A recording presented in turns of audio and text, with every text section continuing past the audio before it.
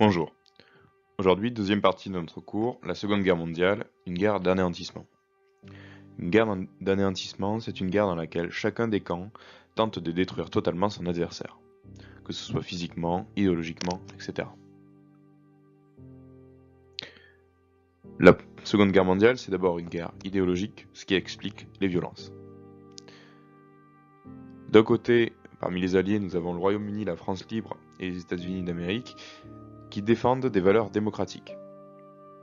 Toujours du côté des alliés, l'URSS, elle, entend montrer la supériorité du modèle communiste. Du côté de l'Axe, l'Allemagne cherche à conquérir un espace vital et à anéantir les Juifs européens. Du fait de l'aspect idéologique, les combats sont d'autant plus violents. 90 millions de soldats participent à la guerre et les belligérants ne respectent pas les règles de la guerre. C'est le cas par exemple des prisonniers soviétiques, donc des prisonniers russes, qui sont massacrés par les soldats allemands.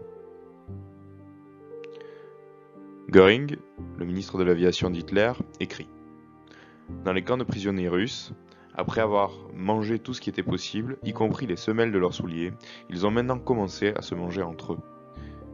Et ce qui est plus grave, ils ont mangé aussi une sentinelle allemande.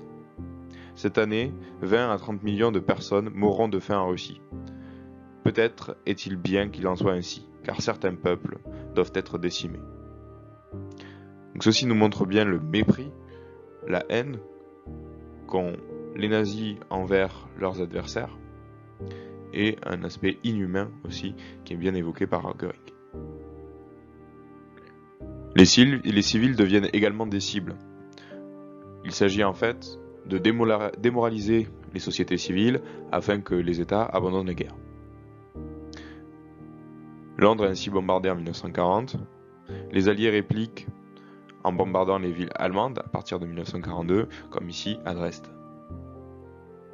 Enfin, en 1945, les États-Unis larguent des bombes atomiques sur Hiroshima et Nagasaki au Japon, faisant plus de 100 000 morts.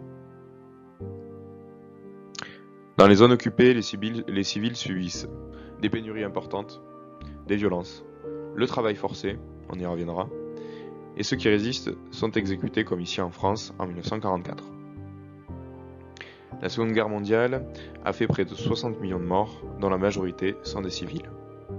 Sont compris dans ce total les victimes du génocide dont on va parler dans la suite du cours.